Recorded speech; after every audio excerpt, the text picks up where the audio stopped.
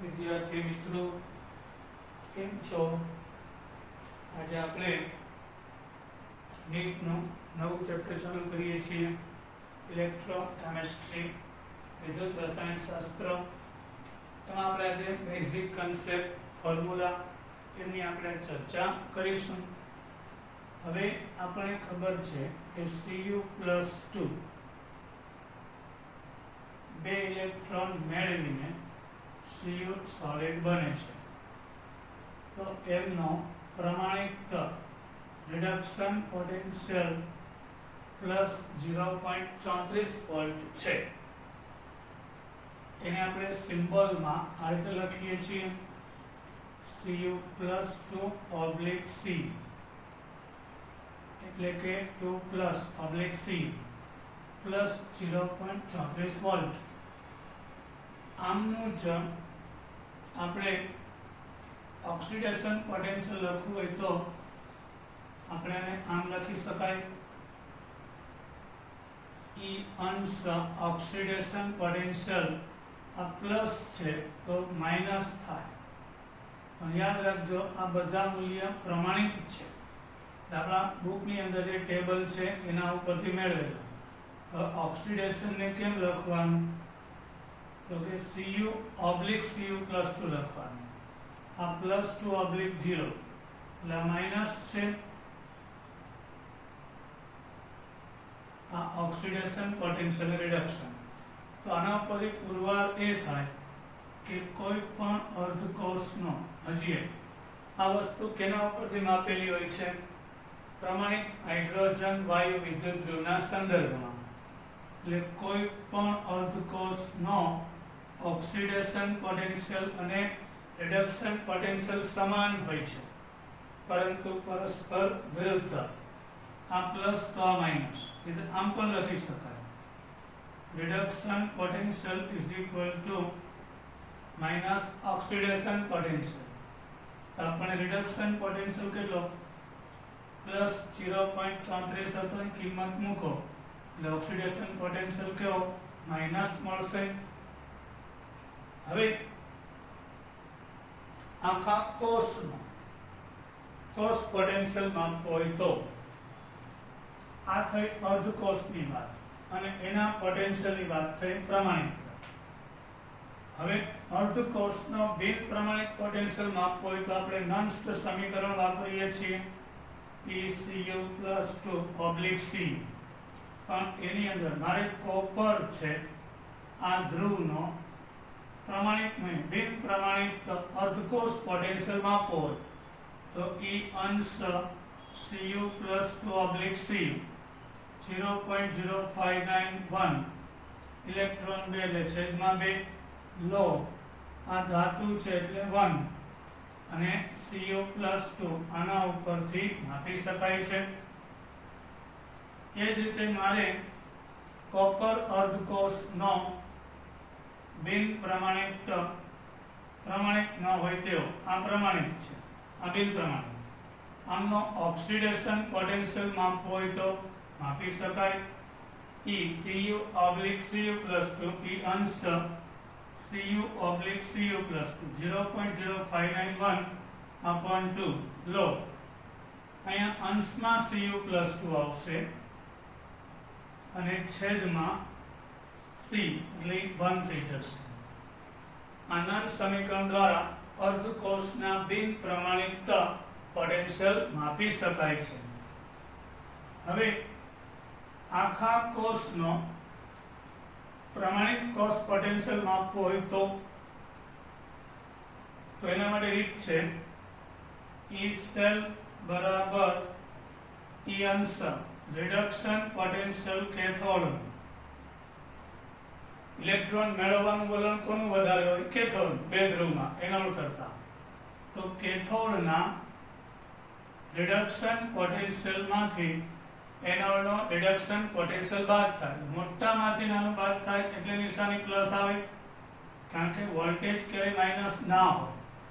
જો તે મૂલ્ય માઇનસ આવે તો સમજી લેવું કે જેનો એનોડ ધારેલો છે એ વાસ્તવમાં કેથોડ હોવો જોઈએ, અને જેનો કેથોડ ધારેલો છે એ વાસ્તવમાં એનોડ હોવો જોઈએ. હજી એક રીત છે ઈ સેલ ઇયન સેલ પ્રમાણિત.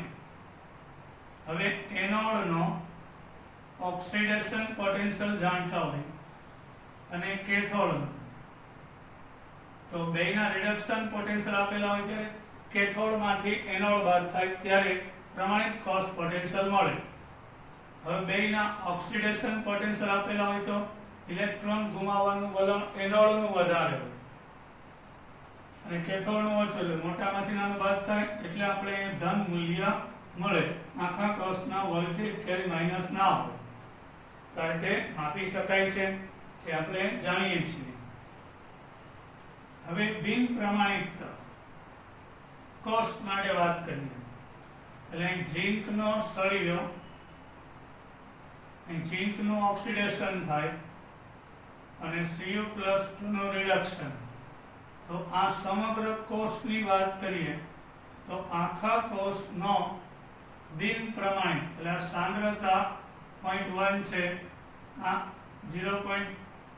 બરાબર આ 0.1 છે ના ધારો કે 1 છે તો માપી શકાય. હવે બિન પ્રમાણિત થઈ ગયું તો ઈ સેલ બરાબર ઇયન સેલ માઈનસ 0.0591 વિનિમય પામતા ઇલેક્ટ્રોન 2 લેવાના.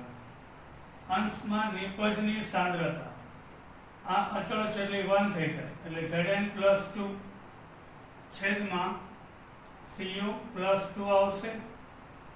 તો આના ઉપરથી ઈ સેલ માપી શકાય છે. આ પ્રમાણિત થયો અને આ બિન પ્રમાણિત. એટલે બિન પ્રમાણિત પોટેન્શિયલ ગોતવું હોય તોય પ્રમાણિત પોટેન્શિયલની તો જરૂર પડશે જ, એ ખાસ મગજમાં યાદ રાખજો. આપણે પોટેન્શિયલની ગણતરીઓ આવશે. પછી એક વાત કહું, મુક્ત ઉર્જાનો ફેરફાર.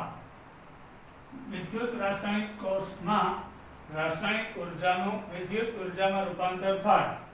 આ કોષ આપમેળે કાર્ય કરે છે તો એ કોષમાં થતું મહત્તમ કાર્ય પ્રણાલી દ્વારા થતું મહત્તમ વર્ક W મેક્સિમમ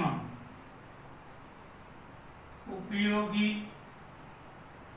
મહત્તમ કાર્ય કેટલું તો કે તેની મુક્ત ઉર્જાના ફેરફાર જેટલું હોય છે.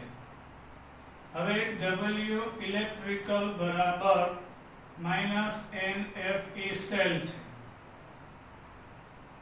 તો ડેલ્ટા G બરાબર -NFE સેલ લેવાનું. જો પ્રમાણિત પોટેન્શિયલ આપેલો હોય તો પ્રમાણિત મુક્ત ઉર્જાનો ફેરફાર મળે અને બિન પ્રમાણિત કોષ પોટેન્શિયલ આપેલો હોય, અંશ ના હોય તો બિન પ્રમાણિત, તો બિન પ્રમાણિત મુક્ત ઉર્જાનો ફેરફાર મળે છે.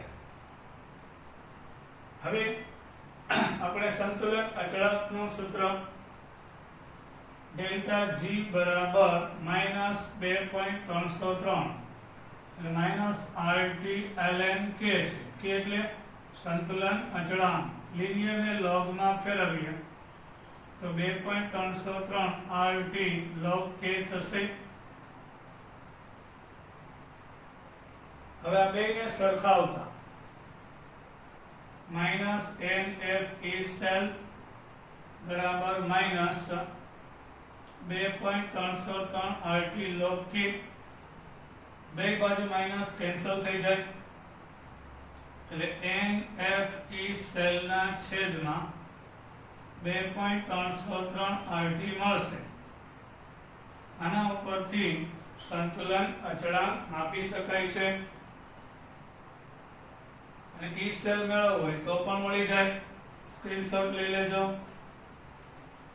2.303 RT log K ઈ સેલ બરાબર 2.303 RT log K upon NF. આના ઉપરથી પણ સંતુલન અચળાંક આપેલો હોય તો પણ કોષ પોટેન્શિયલ માપી શકાય છે. આ બધા સૂત્રનો આપણે દાખલામાં ઉપયોગ થશે. હવે એક વસ્તુ અહીં આપણે 0.0591 લખીએ છીએ એ ખરેખર શું છે? નષ્ટ સમીકરણની અંદર આ એકવાર પૂછાયેલો ક્વેશ્ચન છે. E delta G E cell બરાબર En સેલ માઇનસ 0.0591 છે શું? ઉપર એનોડની સાંદ્રતા અને છેદમાં કેથોડના દ્રાવણની સાંદ્રતા, ચોરસ કૌંસ એટલે મોલારિટીમાં સાંદ્રતા લેવાનું સૂચવે છે. આનો મીનિંગ છે. તો આ મૂલ્ય આવ્યું ક્યાંથી? તો ખબર જ છે 2.303 RT/m F. હવે આ 2.303 લે R જૂલમાં, તાપમાન 25 અંશ હોય 298 અને ફેરાડે અચળાંક 96500 એટલે અચળ મૂલ્ય આવે છે. જો તાપમાન 25 અંશ ન આપેલું હોય તો આ મૂલ્ય ફરી જશે, 30 અંશ હોય તો ફરી જશે. આ રીતે તમે ધ્યાન આપજો. તો E સેલ બરાબર આ રીતે માપી શકાય છે.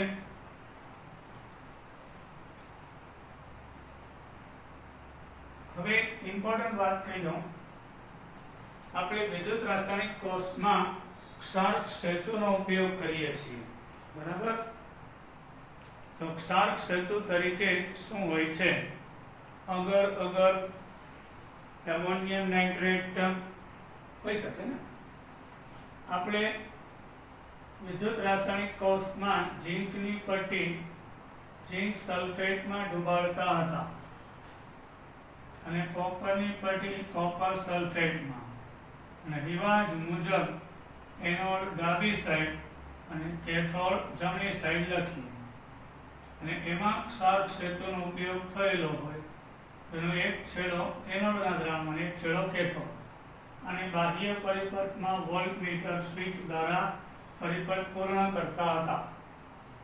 પછી આપણે સાંકેતિક નિરૂપણ લખતા તો કે Zn/Zn+2 સાંદ્રતા આપેલી હોય તો કૌંસમાં, સલ્ફેટ કીધું પ્રેક્ષક લખાય નહીં એટલે અહીંયા Cu અહીંથી લખવાનું, અહીંથી Cu નો સળિયો કેમાં? Cu+2 ના દ્રાવણ. આનું સાંકેતિક નિરૂપણ છે. ક્ષારક સેતુમાં કયું દ્રાવણ ભરીએ? એટલે ક્ષારક સેતુનું કાર્ય શું? આંતરિક પરિપથ પૂર્ણ કરવાનું. કેથોડમાં રહેલા આયનો એનોડ તરફ જાય, અહીંયા Zn+2 વધતા જાય છે, એટલે દ્રાવણ ધનભારિત થતું જાય. અહીંયા Cu+2 વપરાતા જાય એટલે દ્રાવણ ઋણભારિત થતું જાય, એટલે આ ઋણાયન કેથોડથી એનોડ તરફ જશે અને દ્રાવણની વિદ્યુત તટસ્થતા જાળવશે, આંતરિક પરિપથ પૂર્ણ કરશે. તો ક્ષારક સેતુમાં સામાન્ય રીતે અગર ની લુગદી એમોનિયમ નાઇટ્રેટ, પોટેશિયમ નાઇટ્રેટ કે KCl વપરાતું હોય છે. પોટેશિયમ ક્લોરાઇડ ક્ષાર વપરાય છે. હવે એક પ્રશ્ન પૂછાઈ ગયો નીટમાં. હવે NH4+NO3 K+NO3 આ બધા શું કામ વપરાય છે? આવું પૂછાય છે. ક્ષારક સેતુમાં શા માટે NH4NO3 કે KCl કે KNO3 જ વપરાય છે? આ ક્વેશ્ચન. કારણ કે તેમાં રહેલા ધન આયન અને ઋણ આયન બંનેના વહનાંક સમાન છે. એટલે એમોનિયમ નાઇટ્રેટ હોય, પોટેશિયમ ક્લોરાઇડ હોય કે પોટેશિયમ નાઇટ્રેટ, એ બેયના વહનાંક સમાન છે. જનરલી ક્ષારમાં ધન ને ઋણાયન આપણે ભણી ગયા ને. વહનાંક એટલે શું? મોમેન્ટ, ગતિ. બેયનો વેગ સમાન હોય છે દ્રાવણની અંદર, એટલે ધનાયન અને ઋણાયન બેયના વહનાંક સમાન હોવાથી આપણે તેનો ઉપયોગ કરીએ છીએ. હજી એક મસ્ત પ્રશ્ન પૂછાઈ ગયો, KCl ક્યારે ના લઈ શકાય? ક્ષારક સેતુમાં KCl ક્યારે ના લઈ શકાય? જ્યારે આપણો સળિયો સિલ્વરનો હોય કે દ્રાવણ સિલ્વર નાઇટ્રેટનું હોય ત્યારે નહીં લઈ શકાય. શું કામ? Ag+Cl સાથે જોડાઈને AgCl અવક્ષેપિત થઈ જાય. બરાબર? AgCl સોલિડ બની જાય, અવક્ષેપિત થઈ જાય. એટલા માટે KCl એટલે KCl ક્યારે નહીં લેવાનું? કાં તો સિલ્વરનો સળિયો હોય, સિલ્વર નાઇટ્રેટનું દ્રાવણ હોય ત્યારે KCl વાપરી શકાય નહીં, કારણ કે અદ્રાવ્ય ક્ષાર બનાવી નાખે છે, માટે આપણે એનો ઉપયોગ કરી શકતા નથી. હવે આપણે એક મજા આવી વાત કરશું, એકદમ મસ્ત. આમાં અત્યારે જે કન્સેપ્ટ ક્લિયર કરાવું છું એના આધારિત 3 વખત નીટમાં MCQ પૂછાઈ ગયા છે. હવે ધ્યાન આપજો ખાસ.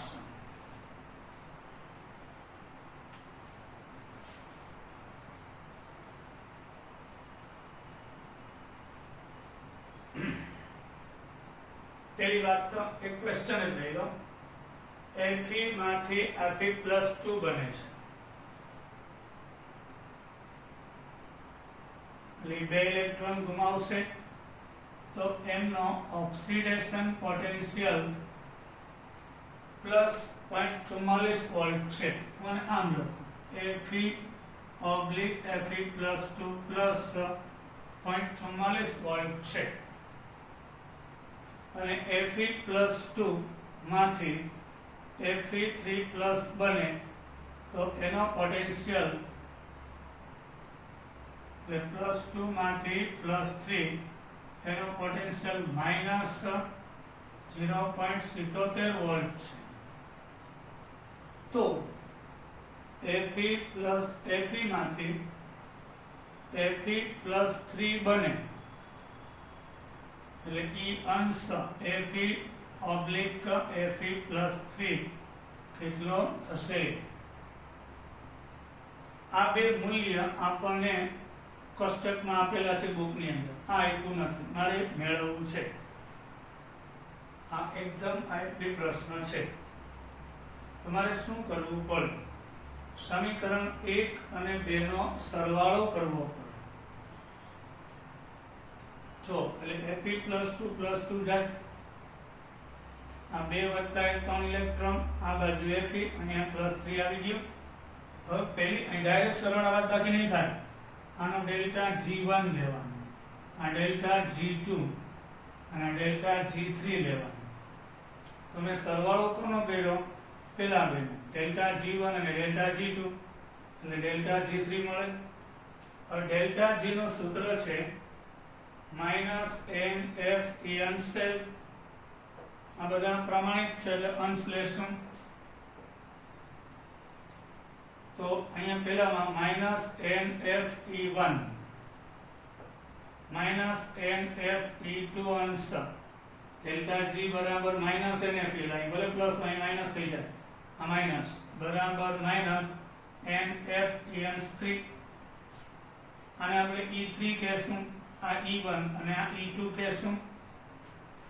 હવે n કેટલું છે? પહેલામાં વિનિમય પામતા ઇલેક્ટ્રોન 2 F E અંશ યાની કે 0.44 પ્લસ છે એટલે પ્લસ માઈનસ માઈનસ. બીજામાં n બરાબર 1 F અને E -0.77 છે. ત્રીજામાં n બરાબર 3 F અને E અંશ 3 છે. હવે આ -0.88 F minus minus plus 0.77 F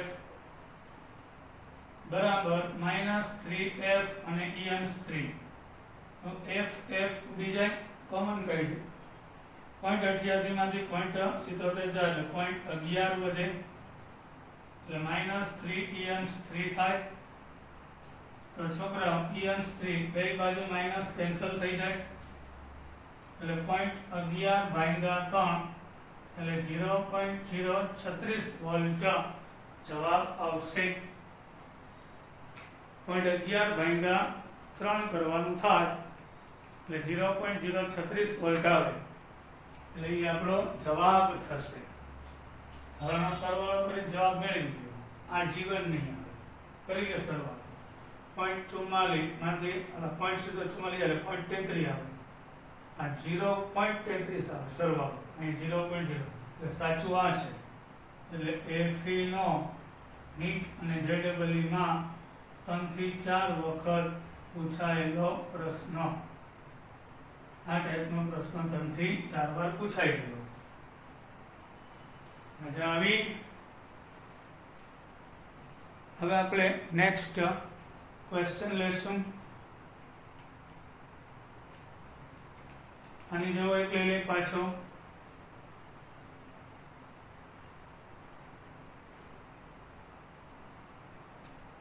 હવે આના પછીના પ્રશ્નો પર આપણે જઈએ તો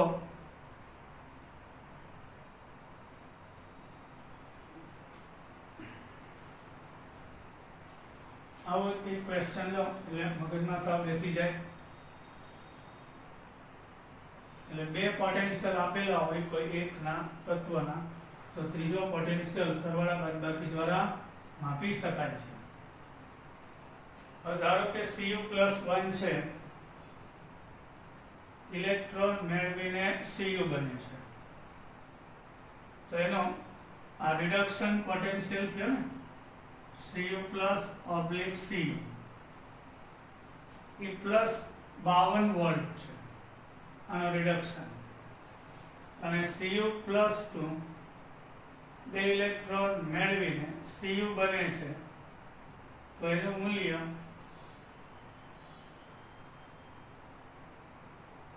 +0.34 વોલ્ટ છે. તો Cu+2 માંથી Cu+1 બને તો આમનો +2 માંથી +1 બને તો રિડક્શન પોટેન્શિયલ કેટલું જાણો. હવે વિચારો છોકરાઓ, મારે આ સાઈડ +1 જોઈએ છીએ. ટ્રીક આપું છું. આ સાઈડ +2, તો આ +2 આ બાજુ છે એને કંઈ નહીં કરવું.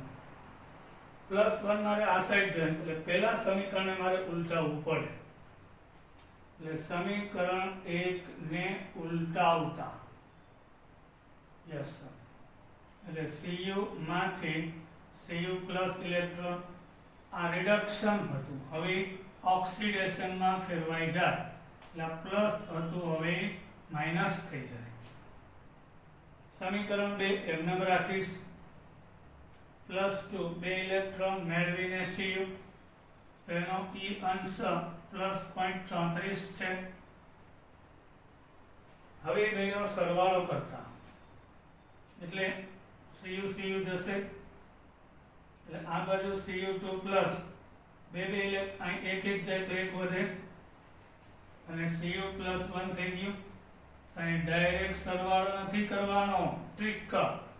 આ ડેલ્ટા G1, આ ડેલ્ટા G2 અને આ ડેલ્ટા G3 છે. તો એના ઉપરથી delta G1 plus delta G2 આ બધું પ્રમાણિત છે, એટલે ડેલ્ટા G3 ડેલ્ટા G1 એટલે -NFE1 અંશ, G2 એટલે -NFE2 અંશ માઇનસ NFE3 અંશ થશે. NFE1 અંશ. હવે આપણે લઈએ n બરાબર કેટલા 1, F nm લેશું. E1 અંશ એટલે -0.52 માઇનસ અહીંયા n બરાબર 2, F E અંશ કેટલો 0.34 બરાબર આના માટે n બરાબર 1, F અને E3 અંશ મારે ગોતવો છે. એટલે રિડક્શન પોટેન્શિયલ મને મળશે ને. તો અહીંયા ઓક્સિડેશન તો ઓક્સિડેશન પોટેન્શિયલ મળે, રિડક્શન છે તો રિડક્શન મળે. માઇનસ માઇનસ પ્લસ એટલે 0.52 F માઇનસ 0.68 F બરાબર માઇનસ F E3 અંશ. F ઉડી જાય, 0.68 માંથી 0.52 જાય એટલે 0.16 વધે માઇનસ -3 એટલે આપણો જવાબ આવશે બે બાજુ માઇનસ કેન્સલ એટલે -3 આવ્યું પ્લસ 0.16 એટલે કે Cu2 પ્લસ માંથી Cu+1 reduction potential plus 0.16 volt જવાબ આવશે. આપણો જવાબ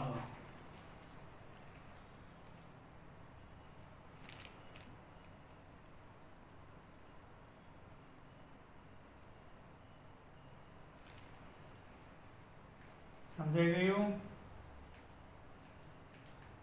હવે આપણે સાંદ્રતા કોષની વાત કરીશું. કોન્સન્ટ્રેશન સેલ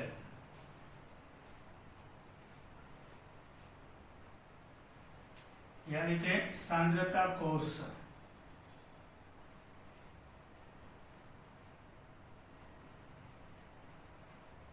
હવે આપણે સાંદ્રતા કોષ તરફ જઈએ. પહેલા સાંદ્રતા કોષની વ્યાખ્યા. જે કોષમાં વિદ્યુત ધ્રુવો સમાન હોય, વિદ્યુત વિભાજ્ય સમાન હોય, પણ એમાં રહેલા દ્રાવણની સાંદ્રતા જુદી જુદી હોય તો તેને સાંદ્રતા કોષ કહે છે. જે વિદ્યુત રાસાયણિક કોષમાં વિદ્યુત ધ્રુવો સમાન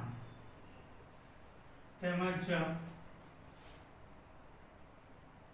વિદ્યુત વિભાજ્ય સમાન પરંતુ તેમની સાંદ્રતા જુદી જુદી હોય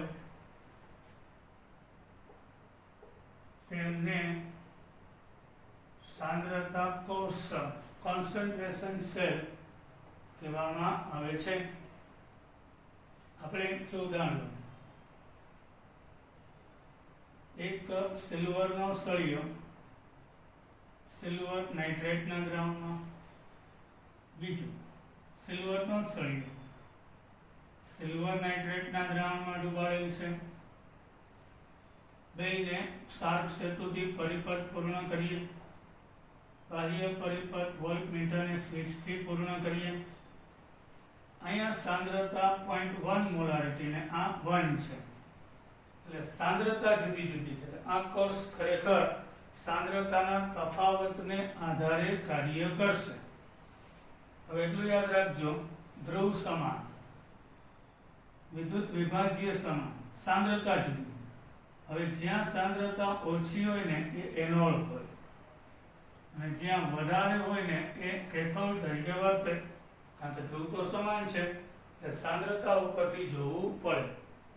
આ કોષનું સાંકેતિક નિરૂપણ AgAgNO3.1 મોલારિટી. શાર્ક સેતુ નાઇટ્રેટના લોકો તો ચાલશે.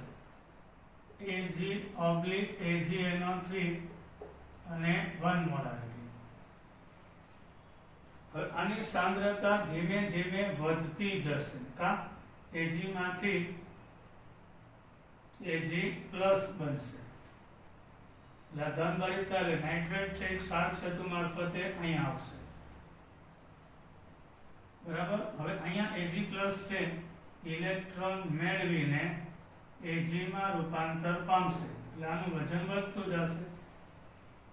આ સાંદ્રતા વધતી જશે અને ઘટતી, બે સમાન થઈ જાય ત્યારે કોષ કાર્ય કરતો બંધ થાય. ઇલેક્ટ્રોન બાહ્ય પરિપથમાં એનોડથી કેથોડ. હવે સાંદ્રતા કોષ માટે યાદ રાખજો, ઇયન સેલ હંમેશા 0 હોય. કેમ? હમણાં તમને સૂત્ર કરાવ્યું, સાંદ્રતા કોષનો ઇયન સેલ એટલે કેથોડનો રિડક્શન પોટેન્શિયલ માઇનસ એનોડનો રિડક્શન. તો સિલ્વરનો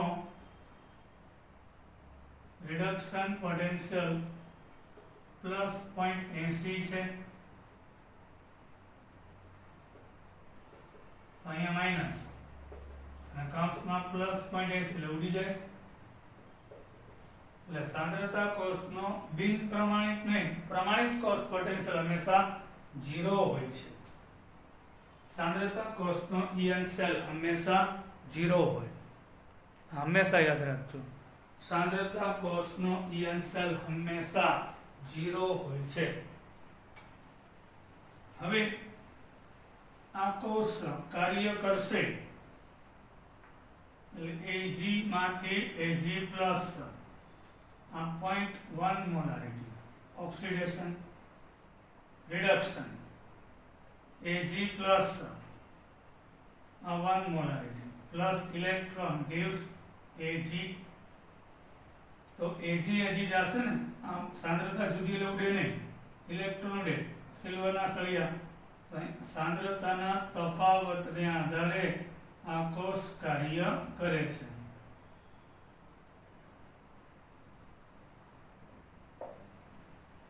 तो આપણે આનો ઈ સેલ લેવો હોય એનો બિન પ્રમાણિત તો એનો ઇયન સેલ માઈનસ 0.059 upon 1 1 શું કામ વિનિમય પામતા ઇલેક્ટ્રોન લો અંશમાં એનોની સાંદ્રતા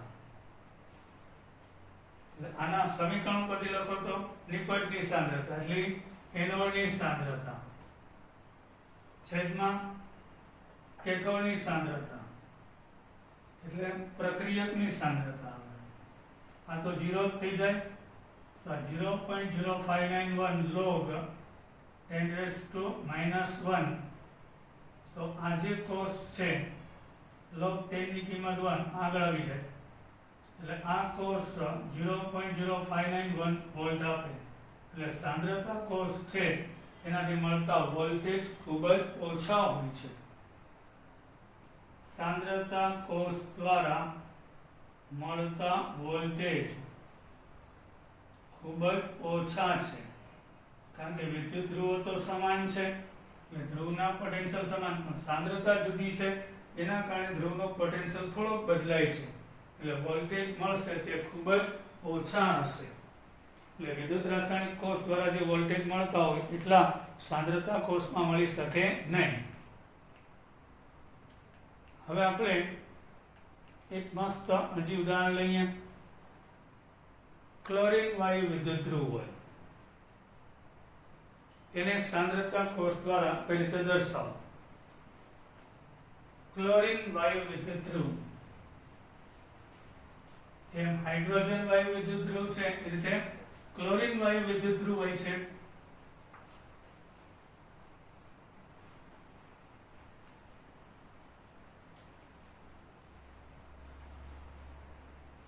આપણે જે રીતે 1 મોલારિટી सांद्रता वाळું HCl નું દ્રાવણ લઈએ એની અંદર પ્લેટિનમની પટ્ટી ડુબાડી એ કાચની ભૂંગળીમાં પેક છે ઉપરનો છેડો તાંબાનો તાર છે અહીંથી હાઇડ્રોજનની બદલે બસ ક્લોરીન વાયુ પસાર કરો એટલે થઈ ગયો ક્લોરીન વાયુ વિદ્યુત ધ્રુવ બીજું કાંઈ ફેર નથી એટલે એનું સાંકેતિક પ્લેટિનમની સપાટી પર ક્લોરીન આવે અને અહીંયા સક્રિય આયન H+ નહીં Cl- લખવાનું। અહીં કેમ હાઇડ્રોજન પસાર થાય તો H+ સક્રિય લખીએ પ્લેટિનમ ઉપર ક્લોરીન / Cl- લખવાનું અને એની જે સાંદ્રતા આપેલી હોય તો લખવાની। આ થયો ક્લોરીન વાયુ વિદ્યુત ધ્રુવ। ધારો કે આવા બે ક્લોરીનના ધ્રુવો જોડવામાં આવે અને સાંદ્રતા જુદી જુદી હોય તો પણ આ કોષ કાર્ય કરે એને સાંદ્રતા કોષ કહેવાય। તો એનું આપણે લઈએ ક્લોરીનનો ધ્રુવ એનોડ છે એનું દબાણ 1 વાતાવરણ અહીં Cl- એની સાંદ્રતા 0.1 મોલારિટી ક્ષાર સેતુ હમણાં જ મેં કીધું એનોડના દ્રાવણની અહીંયા જો ક્લોરીન વાયુનું દબાણ 1 વાતાવરણ કેથોડ અહીંથી લખવાનું હોય છે / Cl- અને આની સાંદ્રતા ધારો કે 1 તો સાંદ્રતા કોષમાં શું યાદ રાખવાનું ધ્રુવ તો સરખા હોય દ્રાવણ સરખું હોય પણ સાંદ્રતા જુદી હોય એટલે તો સાંદ્રતા કોષ કહેવાય। તો જ્યાં ઓછી હોય ને તે એનોડ હોય અને વધુ હોય તે કેથોડ તરીકે વર્તે છે. તો હવે એનોડ ઉપર શું થાય વિચારીને કયો, ઓક્સિડેશન થાય. તો અહીં Cl માઇનસ છે, એમાંથી Cl2 ગેસ પ્લસ 2 ઇલેક્ટ્રોન, આનું દબાણ 1 વાતાવરણ. હવે કેથોડ ઉપર શું થાય, રિડક્શન. તો ક્લોરીન ગેસ છે, ઇલેક્ટ્રોન મેળવીને Cl માઇનસ બનશે અને એની સાંદ્રતા 1 મોલારિટી છે. તો અહીં શું સમાન છે, ઇલેક્ટ્રોન, ક્લોરીન ગેસ, ક્લોરીન, વાતાવરણ સરખું સરખું. તો અહીં 2Cl માઇનસ, એટલે જોયું. એટલે એકચ્યુઅલ આ પ્રક્રિયા છે એ સાંદ્રતાના તફાવતને આધારે કાર્ય કરે છે.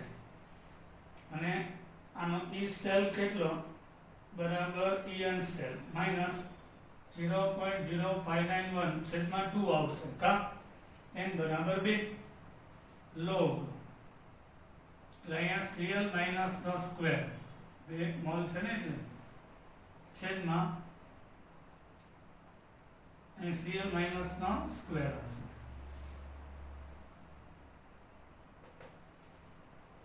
થયું.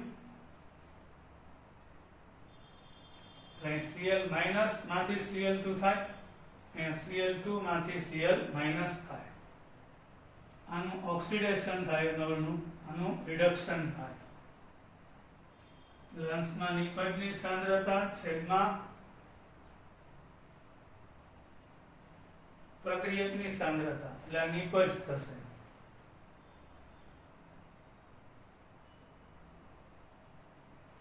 આ પ્રક્રિયક થશે અને આ નિપજ, એટલે 2Cl માઇનસ અપોન, આને આપણે C1 C2 લઈએ. ચલો સમજવામાં સહેલું પડે તમને. આની સાંદ્રતા અલગ અલગ, એટલે C1 લઈએ, તો આની C2 લઈએ. તો આ C1, આ C2.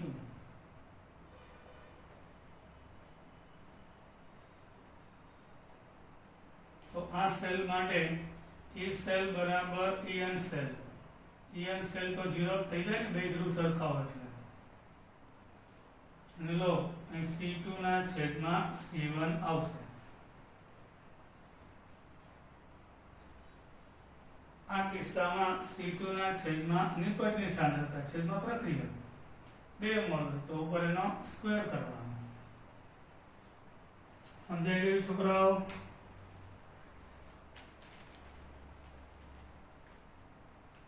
હવે આપણે એક હાઇડ્રોજન વાયુ વિદ્યુત ધ્રુવ લઈએ. હાઇડ્રોજન વાયુ વિદ્યુત ધ્રુવ લઈએ. આ ક્લોરીન વાયુ વિદ્યુત ધ્રુવ લીધો, એટલે હાઇડ્રોજન લઈએ.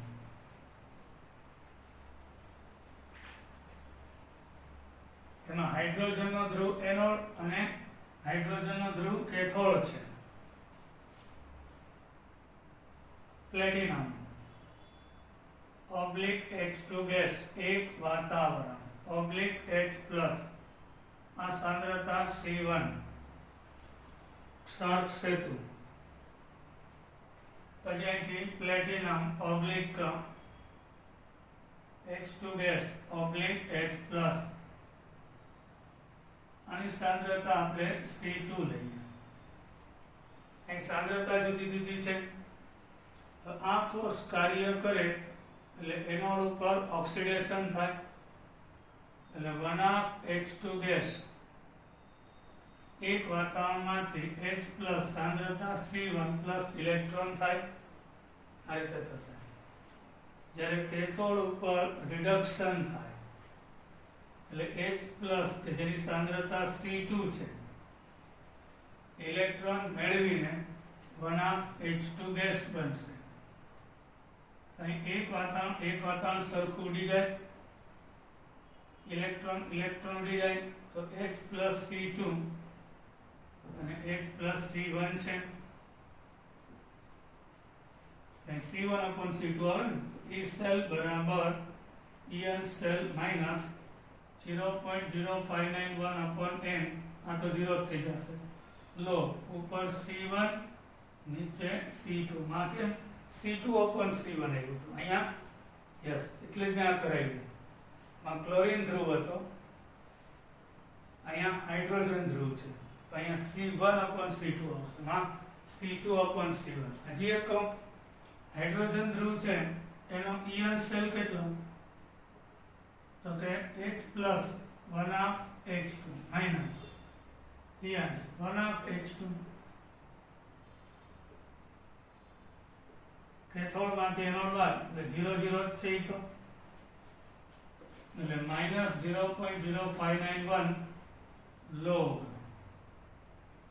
C1/C2 એટલે ઉપર ખરેખર કયા નિપજ એટલે એનોડના દ્રાવણની સાંદ્રતા આવી નીચે કેથોડના દ્રાવણની સાંદ્રતા આવી અથવા તો એનો પણ એક શોર્ટકટ છે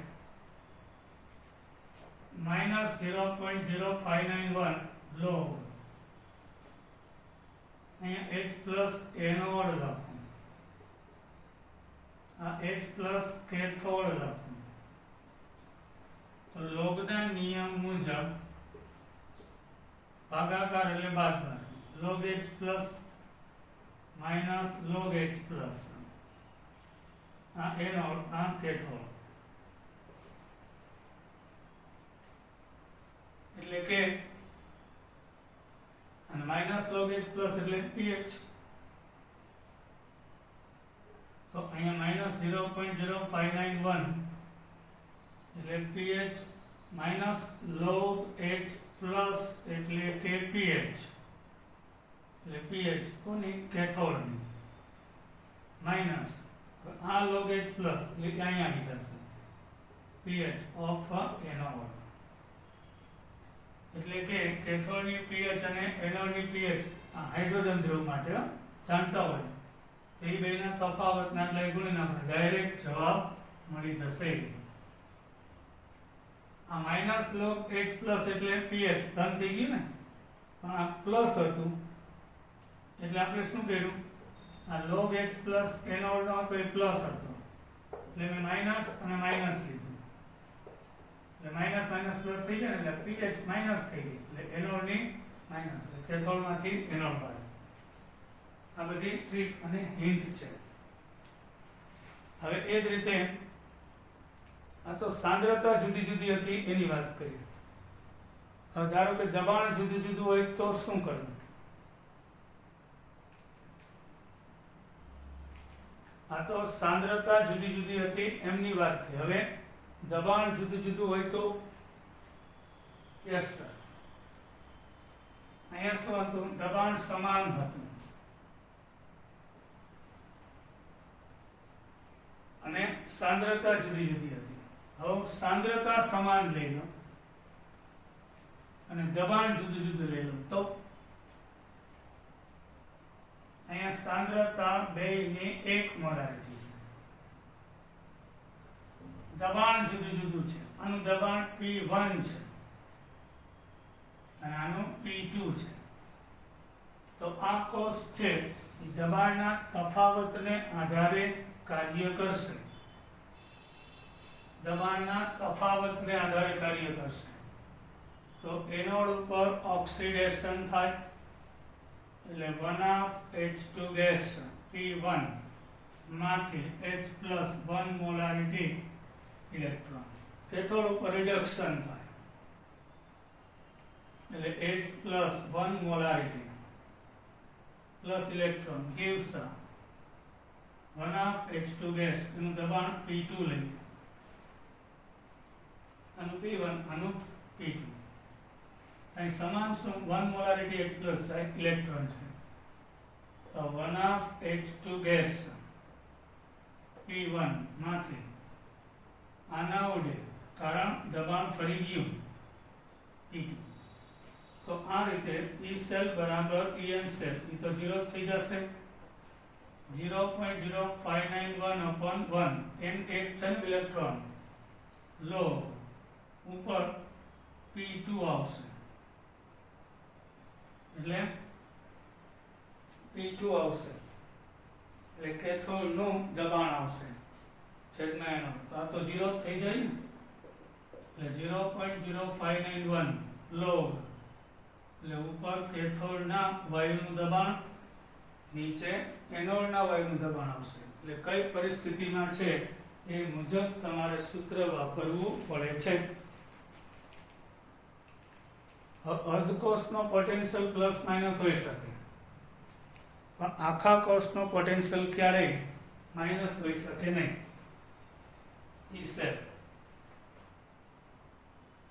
ઈ સેલ ક્યારેય ઋણ હોય નહીં. જો તે ઋણ મળે તો સમજી લેવું કે જેનો એનોડ ધારેલો છે તે વાસ્તવમાં કેથોડ,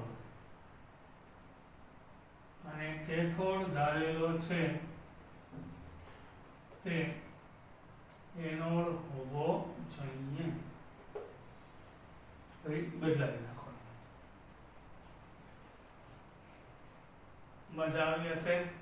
આવા કેટલાક કન્સેપ્ટ પછી કાલે આપણે શીખીશું. બાય. Thank you. જય હિન્દ.